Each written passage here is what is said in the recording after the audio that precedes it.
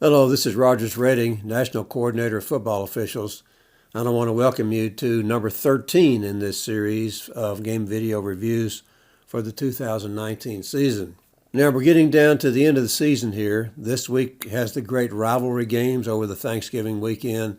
Also, the FCS playoffs begin this week, which means it's all the more important for you to be well prepared for your games. And so this video will help you do that. I know you're going to have study sessions and videos from your own coordinators.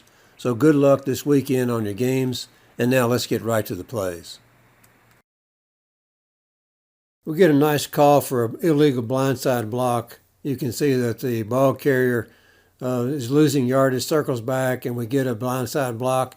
This is clearly a foul. He's attacking with forcible contact from the blind side.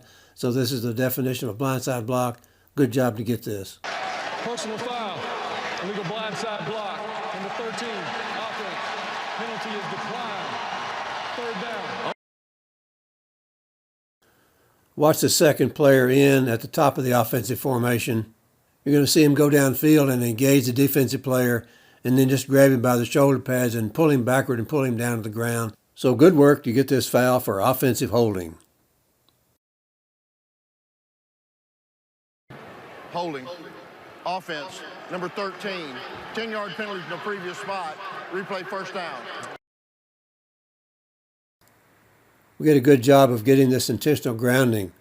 You can only see this on the line feed, and it's pretty quick, but you can clearly see that the passer under duress just slings the ball away into an area where there is no receiver. He doesn't get outside the tackle box. The flank official comes in and helps the referee with this. So good job to get this foul for intentional grounding. Intentional grounding. Offense, number 16. They called intentional grounding. The ball will be placed at the spot of the foul with a loss of down. So the loss. Here we have a kickoff return where the ball carrier clearly is tackled, goes all the way down, gets up, and is allowed to return the ball for an apparent touchdown. Now a replay comes in and corrects this, of course, but this is really obvious. I can't imagine how we missed this on the field. But the ball carrier clearly is down. It's not a matter of simply a partial knee or an elbow down or something like that. I mean, his whole body is prone on the ground, and then he gets up and continues to run. So we got to have better concentration than this, guys. This is just not acceptable. Good thing replay came in and bailed us out, but we got to do a better job of seeing these clearly dead balls. We get a flag for running into the kicker here, but this should be a foul for roughing the kicker. This should be a 15-yard penalty.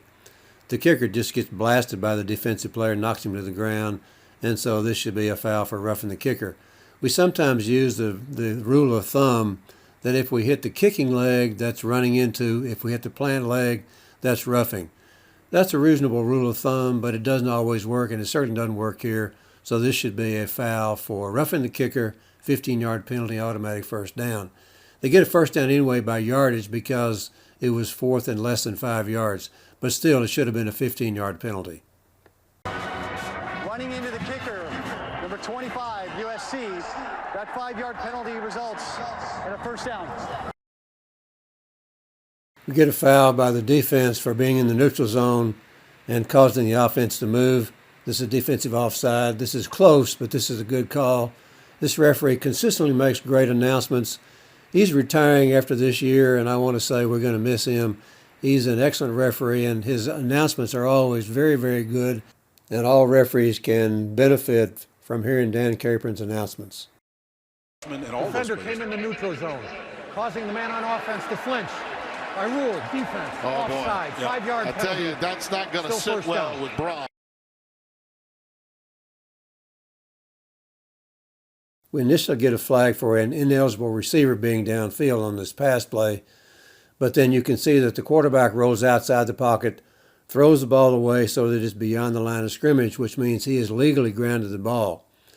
So we correctly pick up the flag for the ineligible receiver downfield. A new part of the rule in 2019 is reflected on this play, where we do not have a flag for an ineligible receiver downfield if the passer legally grounds the ball like he does here. This is shown in the rule as an exception to Rule 7.3.10. This has long been one of our philosophies, but now it is explicitly part of the rule. So good job to pick up this flag. There is no foul on the play for ineligible downfield. The quarterback was outside the pocket and legally grounded the ball out of bounds. Third down. We miss a foul for offensive pass interference here. You can see this on the line feed a little bit, but you can clearly see it on the replay. The receiver goes down, and as the ball is coming to him, he pushes the defender out of the way. He creates separation with that push, comes back to get the ball, and we don't have a flag on the ground. So we miss this offensive pass interference. There's several things we need to talk about on this punt play. We get a kick, and we have a flag at the line of scrimmage. And then downfield, the receiver muffs the ball, and that is apparently recovered by the kicking team. Now, we don't get a good signal to indicate which team has the ball. The signaling official is fairly tentative about this. In the meantime, the officials come back to discuss the flag on the ground, and the referee initially announces that the foul is by the kicking team. But you can see, and he corrects this to say that the foul is by the receiving team. So the replay shows that the receiving team player has hands to the face and rips the helmet off of the kicking team player. So this is a foul by the receiving team. So what we don't get is an indication that the penalty was declined. We don't get an indication of whose ball it is. We only know that when they set up at the other end where the muffed punt was recovered. So we need better communication here. We need better job by the crew to make sure that the referee has everything he needs, and the referee needs to make sure that he makes an announcement which includes everything in the play. One thing that should be included also is the fact that the player whose helmet came off does not need to leave the game for one play because of the fact that his helmet came off directly due to the foul. Personal foul.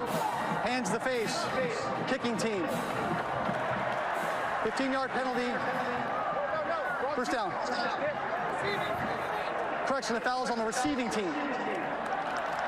First down. We get a good call for defensive pass interference here. You can see that the receiver and the defender are sort of hand checking a little bit as they go down the field. But then once the pass gets close to the receiver, clearly the defender comes in and restricts him and blocks him from getting to the ball. So this is a good call. Notice that the ball was snapped at the 20-yard line. The referee initially announces that the ball would be placed at the 2-yard line.